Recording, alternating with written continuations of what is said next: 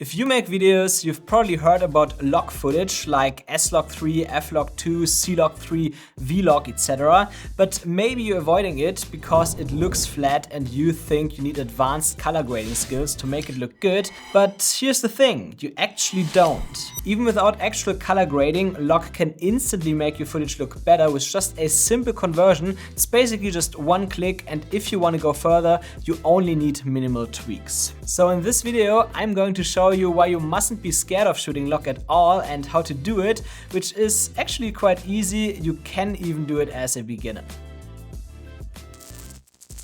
So let's start by answering the question what log even is. Log is essentially a super flat picture profile designed to capture the widest dynamic range possible, which means that you can see more detail in the highlights and shadows at the same time, what essentially means better looking footage. Let me show you what I mean. Here's a shot filmed in a standard picture profile. It looks okay, but the highlights are clipped, it's all white there and there's nothing you can do about it. And now here is the same shot in log with a simple conversion to normal looking colors, but without actual color grading. And as you can see, all the details in the sky are there and also in the shadows. And that's why even just like that, without any color grading, log already looks better than many videos here on YouTube. And to make it look even better, you could also use LUTs or tools such as Film Convert, Look Designer, Dehancer or so to quickly make it look like that, just within a few seconds. So it's actually easy, and the reason why people are often scared of shooting in log profiles actually comes from the past.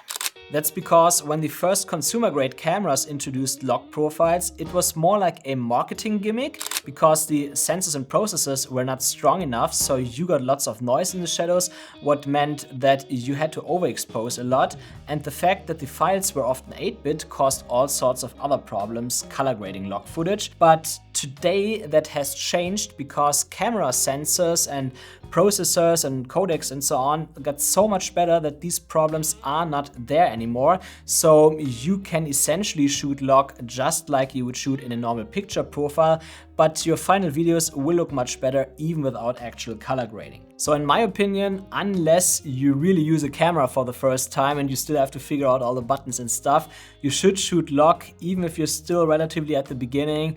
Let me show you how to do it. At first, you should turn log on and choose the right codec, otherwise that won't work. So on Sony, for example, you can go to File Format first and select XAVC-HS, which is the newer H.265 codec. Then you go down to Movie Settings and select 100M 42 10-bit or 100M 40 10-bit if your computer struggles to play the 42 files. And then under log shooting settings, you turn log shooting on and select S-Gamut3 Cine/S-Log3 under color gamut. That turned S-Log3 on, but now the image looks super flat, which is not good for shooting. That's why you have to change another setting in your camera after activating log to make the picture look like a normal one, because then you can just shoot so that it looks good on your camera screen, just like you would usually do when you shoot in your normal picture profile. And this setting is either called something like View Assist or Display LUT, and you usually find it under Display or Movie Settings. So for example, when I turn F-Log2 on my Fujifilm X-M5, the image would usually look flat and ugly, but if you go to Display Settings, turn the F-Log View Assist setting on, the image looks normal on the screen, but is being recorded in log on the SD card. So on your computer, it will look flat before you do what we do later. On Sony cameras, on the other hand, you can go into the main settings screen in movie mode, and there you find the LUT function, which you turn on, and in the S-Log3 setting above it, you can select 709, and then your video also shows in normal looking colors on your camera screen, but records the video again in log on the SD card. You also find so-called LUT files on the internet, which you can copy into the LUT folder on your SD card and select them in the same menu to see stylized looks on your screen.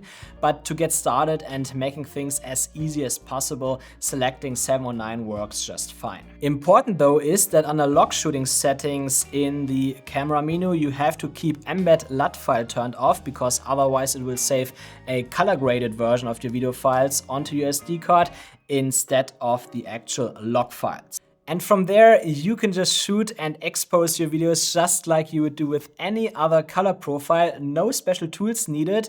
I personally prefer to manually expose to have full control, but even if you're vlogging and just keep everything in automatic mode to make it simple, it will still work too. It won't look as professional as my videos, but that's the same in normal picture profiles. There is no difference when you shoot in log. And that's actually huge today, because not too long ago you always had to use certain exposure techniques to get it right, but today not anymore. Just shoot like always so that it looks good on the screen. That's actually how I did it most of the time for the past like 3 years or so. And after shooting, of course, your videos will look flat straight out of camera, so you also have to do at least one other step before publishing your video. But no worries, it's not complicated color grading as mentioned in the beginning, and there are 2 ways to do so. The first one is to use so-called log conversion LUTs, which you always find on the camera manufacturer's website. So for Sony, for example, you can Google Sony a7C Mark II S-Log3 LUTs, click on the link and download the LUT file. And then in your editor, you can apply this LUT file to all of your log footage clips, ideally by applying it to one and then copying to all the others to save time. And voila, it looks normal and keeps lots of dynamic range. There are also paid LUT files that you find on the internet, such as the Phantom LUTs from Joel Famularo, which give you really nice colors that look more like cinema cameras, but it really depends on the look you're going for with different LUTs that you use, and also if you want to spend money or not. You don't have to. The free LUTs from Sony, for example, are perfectly fine. And of course, in case you accidentally exposed a bit too bright or too dark, you can just add an adjustment effect in front of the LUT and change the exposure there just by dragging a slider. Super easy, and this way, by using LUTs, works in all major video editing apps. The second way is called color management or color space transforms, and it's especially popular in DaVinci Resolve. But for that, I recommend you to watch this video that I will leave a link to here and also link it in the description, because there I show you all the ways to color correct and grade log footage in Resolve, including color management. That's usually the better way because it keeps more color information alive than working with LUTs.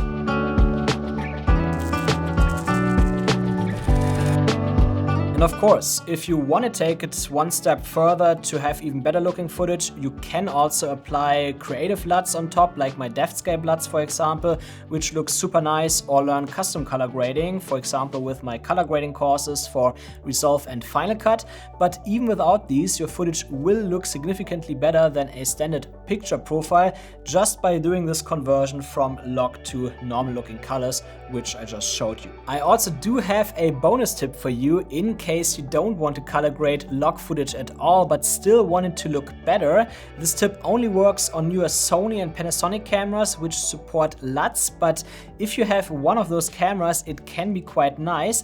And that is that I told you before to ensure the embed LUT file function in your camera should be turned off, which is correct if you want to save the log file on your SD card. But you can also turn it on, what means that it applies the LUT you chose in your camera to the log footage and saves it this way. So the footage on your SD card will look exactly like on your camera screen while recording and not flat anymore.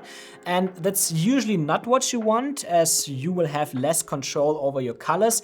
But if you just want to rush out videos quickly, that can help you doing so and will still look better as your normal picture profiles, especially if you use good conversion LUTs such as the Phantom LUTs from Joel Famularo, which cost a bit of money, but they give your footage a really nice Arri Alexa cinema camera look. Alright, as you can see, log is not actually complicated to handle at all. If you've been avoiding it because you thought it required advanced color grading skills or so, now you know that's not true. Even if you don't fully grade your footage, just converting log to normal looking colors, aka Rec 709, already makes your videos look better. And finally, lock is also future-proof in case you get into color grading later. I, for example, shoot lock for over 5 years and recently switched to color grading all my new videos in HDR. And every time I want to use some old footage in some of my videos, that's not a problem at all because lock is both SDR and HDR compatible. I could not do that if I had been shooting in standard picture profiles. So if you've been hesitant about using lock, I hope this video convinced you to give it a try. It's easier than ever, and once you start using it, you won't want to go back. And also don't forget to check out this video here about lock grading in DaVinci Resolve. If you use DaVinci Resolve to know how to do it best there. And let me know in the comments if you already shoot in lock and what problems you have with it, if any. And if you want more tips on filmmaking and color grading, make sure to subscribe. Thanks for watching, and I will see you in the next one.